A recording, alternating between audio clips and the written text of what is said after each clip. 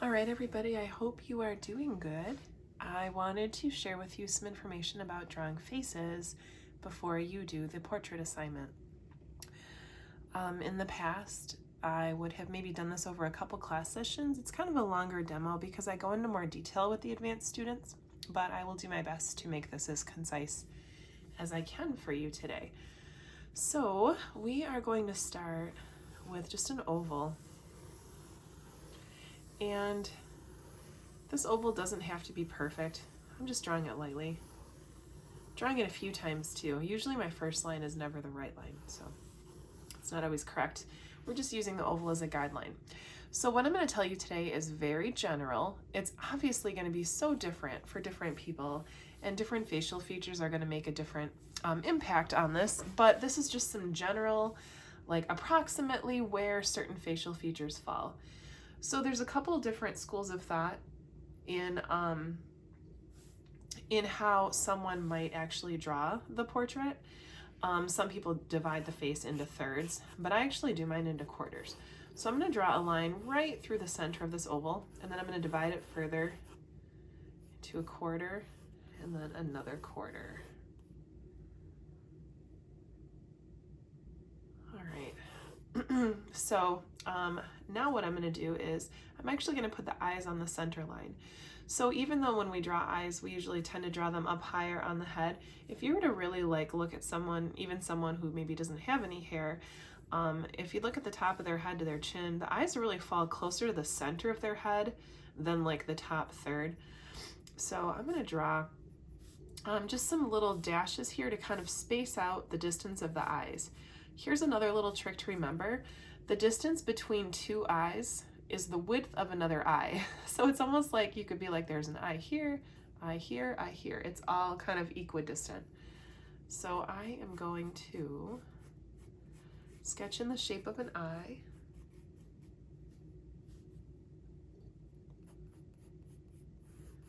And then the shape of another eye.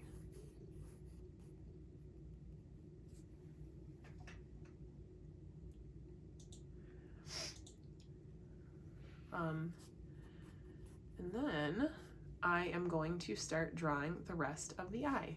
So again, the space between the two eyes is the width of another eye. There we go. And then the eye shape too can be different for the person. You know, some people have more almond shaped eyes. Some people have more football shaped eyes. So it's kind of up to you. You might have to look in a mirror at a picture and see the actual shape of your eyes. As far as drawing the irises, which is the colored part of your eye, unless your eyes are like wide open in surprise or fright, you would not really see the whites on the tops and the bottoms of your eye. If you see it at all, again, unless your eyes are like super wide open, in a more relaxed state, you'd probably have the eyelids touching both the top and the bottom of the iris. Inside of the iris is, of course, the pupil. The pupil is actually a hole that goes and lets light, like a lens, into the back of your eye and then projects the image that it sees out there. So you're going to have the pupil here, and then I usually draw the rods of the iris, and those will be lighter or darker depending on your eye color. Sometimes people have you know, a darker ring on the outside of their eyes too, so it just kind of varies from person to person.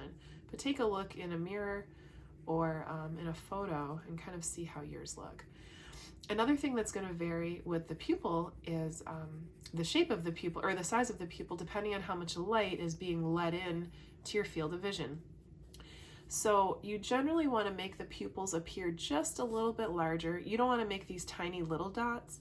You want to make them a little bit more substantial. The reason for that is because psychologically, we tend to find people with larger pupils more trustworthy. There was some experiments done where they would compare pictures side by side, and people would always find, generally, that the person with the larger pupils in the image appeared to be more trustworthy and friendly in spite of all other factors. We know, of course, it just varies depending on how much light is coming into your eyes, but that is something just to keep in mind to make sure your pupils are a little bit bigger. All right, the little reflection, I don't know if you'll be able to really see very well from far away with this camera, but one thing that I've learned, I might actually draw it up here. One thing that I've learned over time is that, I hope you can see it okay, the reflection is actually equal in both the pupil and the iris. So like half of the circle for the reflection would be inside the pupil and half would be outside on the iris. Hopefully that kind of makes sense. Okay, let's move on to, let's do eyelid. So your eyelids, again, kind of different for everybody. I usually just draw a little, you know, kind of a mirror image of the top of the eye, right above it. And then let's talk about eyelashes. So eyelashes are going to be a little bit longer on the outside of the eye, and they are going to get a little bit shorter and a little bit farther apart as they get closer to the inside of your eye. Now, another thing with eyelashes that I want you to keep in mind is that eyelashes are not spiders. So like, don't draw spider legs. Nobody's really look like that unless they're Yzma. If you know who Yzma is, that's pretty awesome. Hopefully you get the reference.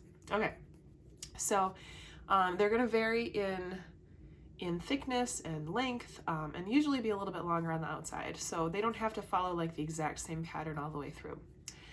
All right, how about lower lid? So your lower eyelid, again, those eyelashes are even shorter and farther apart. So just a couple down here. All right, let's talk eyebrows. So one way to kind of measure where the eyebrows are is to draw a line pretty much straight up from the inside corner of the eyes. That's about where your eyebrows start for most people.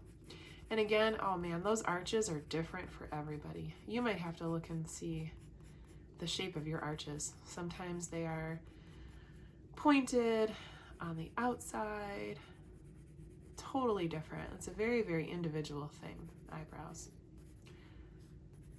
If you're like me, you don't have hardly any. Must be a genetic thing.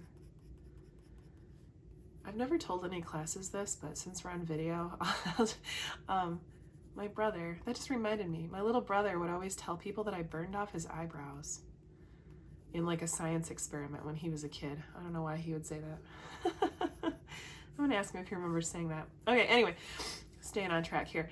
All right, so the eyebrows, again, are gonna be different for everybody. And just like the eyelashes, you know, they're usually a little bit more longer hairs, like towards the center and the front. They get a little bit shorter and a little bit further apart as they go backward. Let's talk about noses. So the nose, again, super individual for everybody.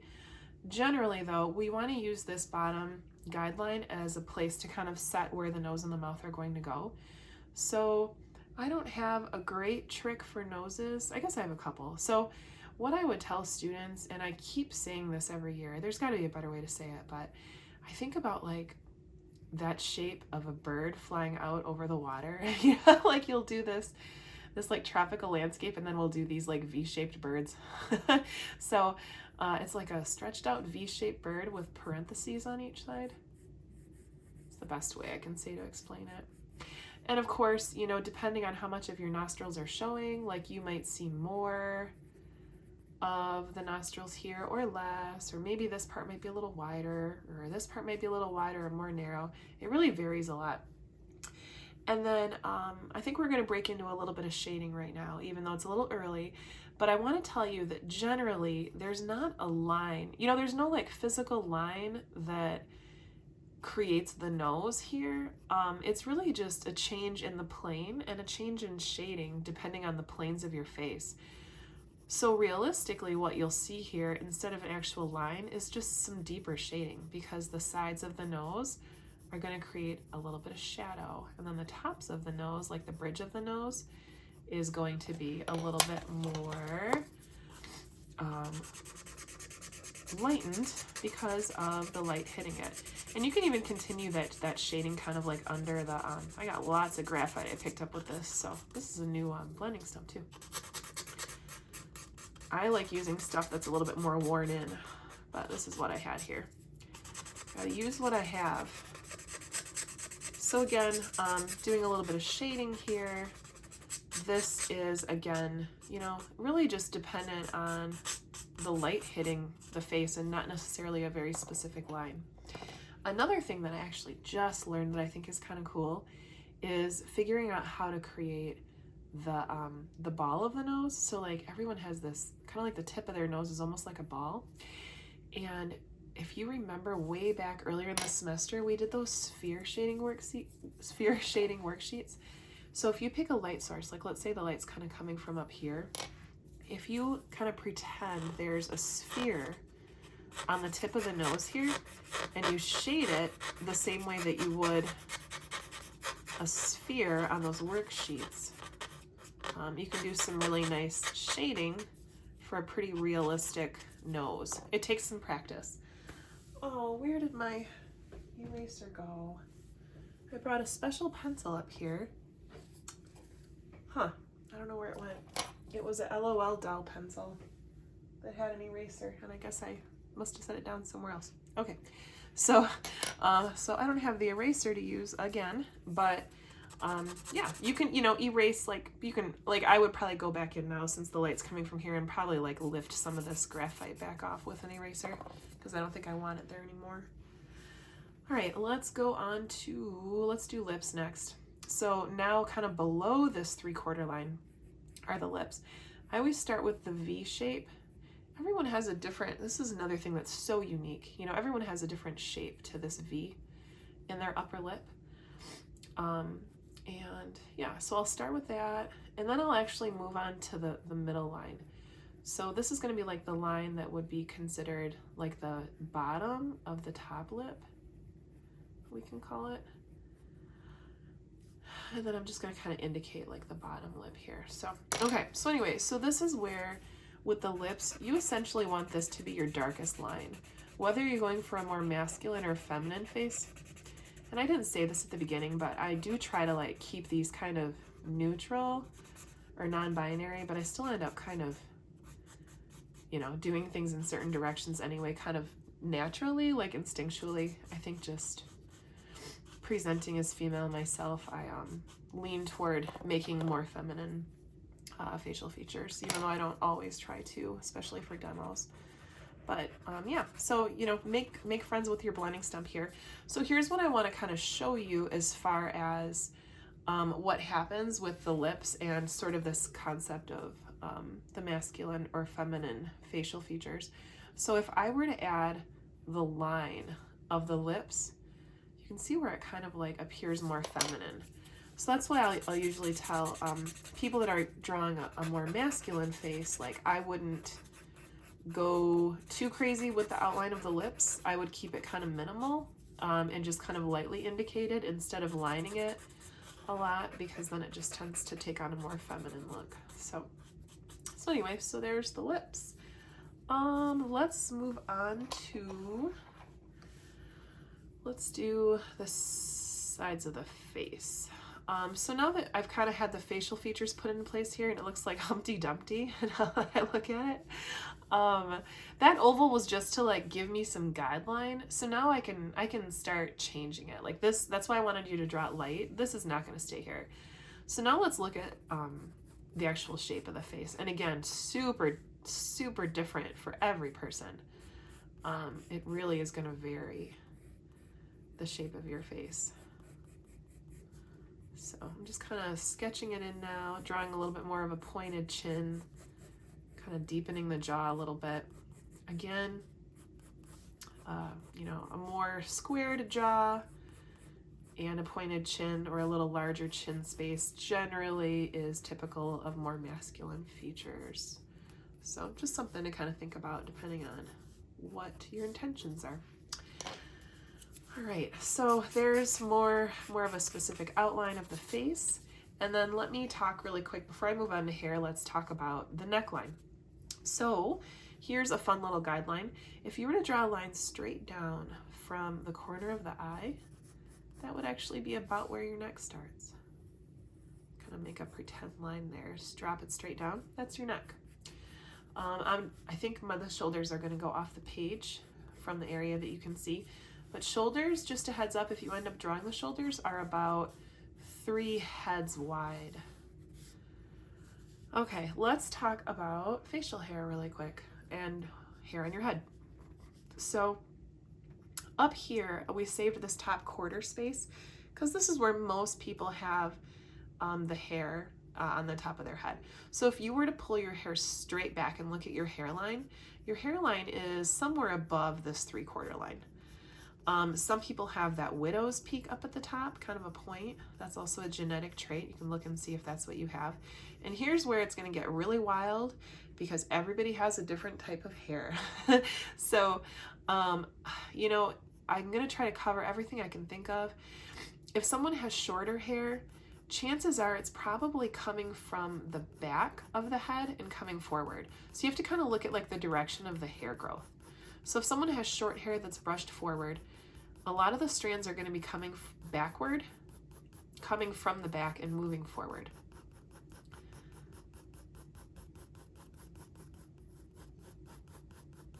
And I'm also kind of lengthening the top of the head here to create a little bit more of a space for the hair. You don't have to, again, just like the chin, you know, we kind of adapted and modified. You can do that the same way too. All right, so if someone were to have shorter hair coming forward, if they were to brush it forward, this is the direction it would follow. Let's say it's someone with long hair that has a part somewhere on their head. If they have a part, you'd kind of want to indicate where the part is, and then the hair would come down from that area. So again, the hair would just kind of like draw it in the direction that it would grow. I hope that's helpful and it makes sense. So in the case, again, the hair would come down. So now it gets even more tricky when you have like wavy hair. So let's say that we're drawing somebody with wavy hair, whether it's short or long, or, you know, this even kind of applies to like curls too.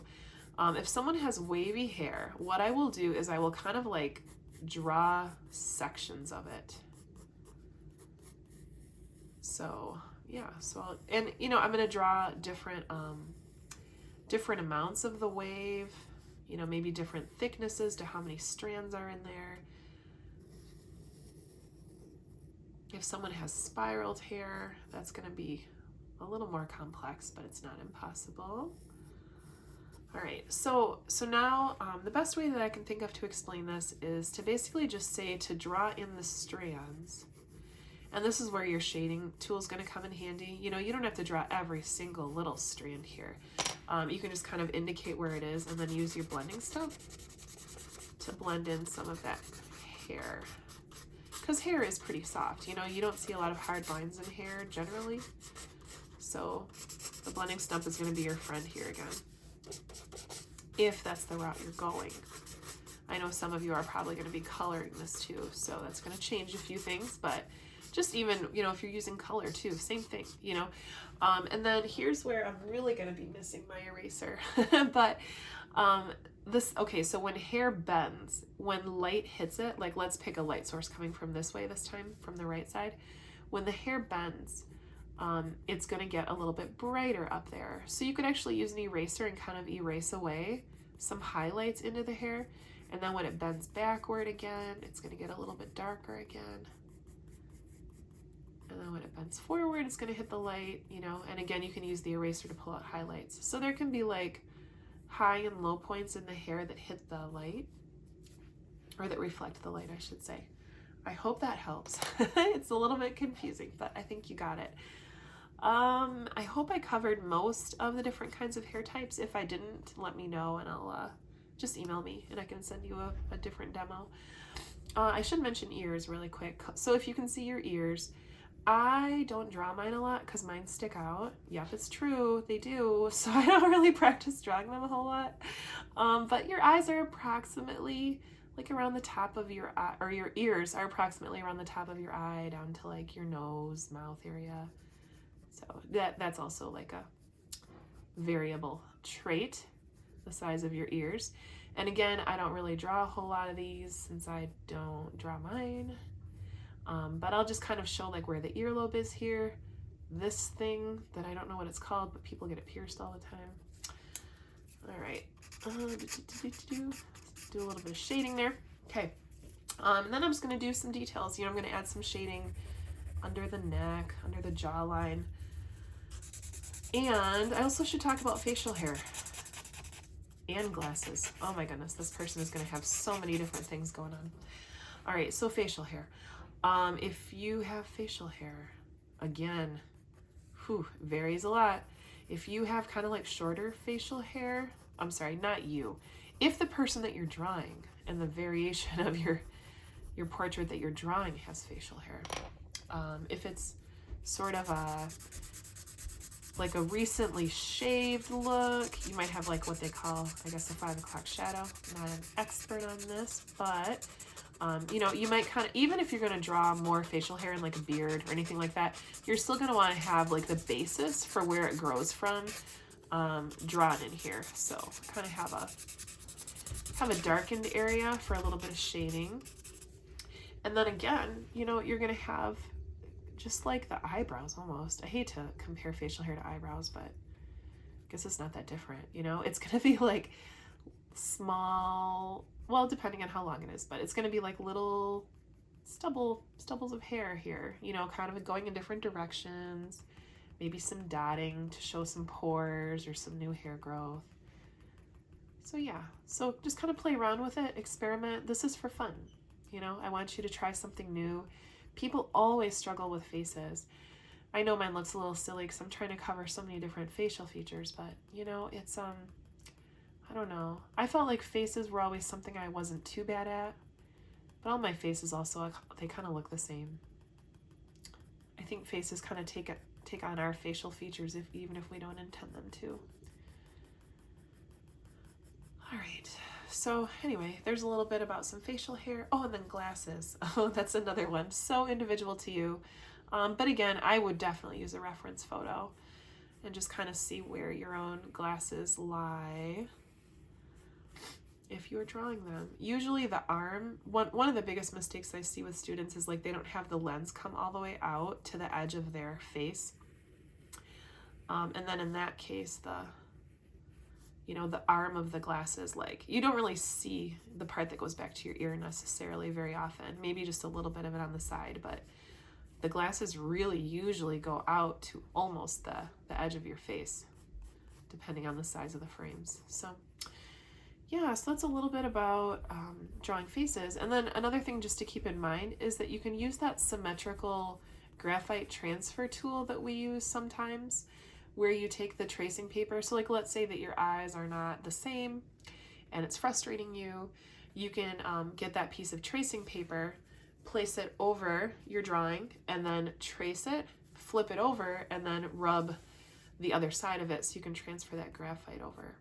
If you need, I thought we'd done that already this year, but if you need a reminder about how to do that, I can show you that too. So just email me if that doesn't make any sense. So that's not too bad. I think I did a pretty good amount of time here. Let me know if you have any questions. Hopefully I thought of everything as far as different kinds of facial features that might be covered, but definitely reach out if I missed anything. Okay, hope you're doing good. Have a wonderful, wonderful, wonderful day.